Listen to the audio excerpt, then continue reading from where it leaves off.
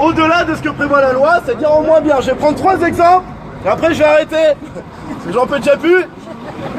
Alors, 3 exemples. Un, sur la question du travail de nuit. Un autre sur la question des heures supplémentaires. Et un troisième sur la question des salaires. Bon, sur la question du travail de nuit. Aujourd'hui, la loi, c'est simple ce qu'elle raconte. Vous êtes certainement plusieurs à être concernés ici. La loi prévoit que de 21h à 6h du matin, les salariés qui travaillent sur cette tranche horaire-là, ils gagnent plus. C'est-à-dire qu'ils ont minimum 15% de salaire en plus. Ok? Donc demain, si la loi Macron, la loi travail XXL comme on l'appelle, est appliquée, ça voudra dire que ça se négociera dans l'entreprise. Donc dans l'entreprise, on décidera, et ben finalement, les horaires de nuit, ça sera que de minuit à 3h du matin. Le reste, c'est pas la nuit. À 23h, c'est pas la nuit. À 4h du matin, c'est pas la nuit. Et également, on négociera, le patron décidera, et ben ça sera pas 15% le salaire en plus sur les horaires de nuit. Ça sera 5%. Et ça de manière tout à fait unilatérale. Alors j'ai donné un exemple concret. Moi il y a quelques temps j'avais bossé dans une boîte qui fabriquait des tartes, une usine de tartes. Et il y avait un pâtissier, toutes les nuits il préparait les pâtes pour les tartes, les choux, les éclairs. Et ce pâtissier il commençait tous les jours à 1h du matin. Et donc de 1h à 6h il était payé en horaire de nuit plus 15%.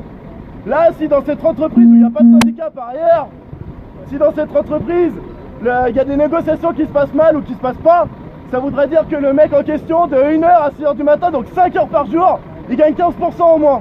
Le mec est payé 10 € de l'heure. Donc ça fait 5 heures, 5 fois 15% au moins. J'ai fait le calcul, on va pas faire de maths collectif là. J'ai fait le calcul, le mec il va perdre plus de 200 € par mois. C'est ça que ça veut dire, c'est ça la loi travail XXL. Deuxième exemple sur la question des heures supplémentaires. Avant la loi El Khomri, avant 2016, les heures supplémentaires, donc c'est-à-dire toute heure travaillée au-delà de la 35e heure par semaine, elle était rémunérée à 25% en plus. Ok? Et après la loi El Khomri, c'était 10% en plus. Et le reste est négocié dans l'entreprise, mais minimum 10% en plus. Là, ce qui a fuité dans les informations dans la presse, ce serait que le plancher de 10% serait complètement bousillé et que tout se négocierait dans l'entreprise. Donc ça veut dire que les entreprises, encore une fois, où il n'y a pas de dialogue, ça voudrait dire que les heures supplémentaires, on pourrait travailler une 36e, une 37e, une 38e, une 39e heure, elles pourraient être rémunérées comme les autres. Donc ça veut dire qu'on travaille plus et on gagne la même chose, c'est-à-dire le même taux horaire. Et ça, c'est un vrai problème. Pourquoi? Parce que la baisse du temps du travail, c'est un combat historique du mouvement social, du mouvement ouvrier, pour qu'on puisse partager le travail, pour que tout le monde puisse travailler, et aussi de dire que le travail n'est pas une fin en soi, et qu'on a aussi le droit au repos, le droit au loisir. Donc là, c'est clairement une disposition qui pourrait faire travailler plus longtemps les gens sans qu'il y ait aucun frein légal à cela. Dernier exemple, la question des salaires.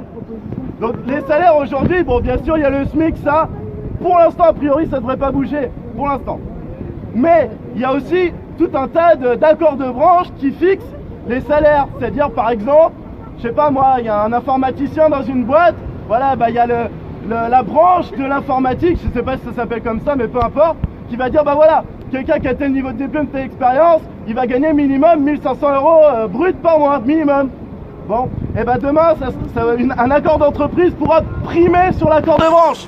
Ça veut dire que le salarié, il arrive et il dit bah moi voilà, ma branche, ça prévoit, je gagne 1500 €. Eh ben non, dans notre entreprise, c'est pas ça, c'est 1200 et c'est ça, ou dehors, au revoir, on t'emploie pas.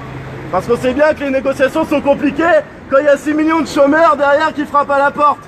C'est pas des vraies négociations, il n'y a pas un vrai équilibre dans la discussion. Donc voilà.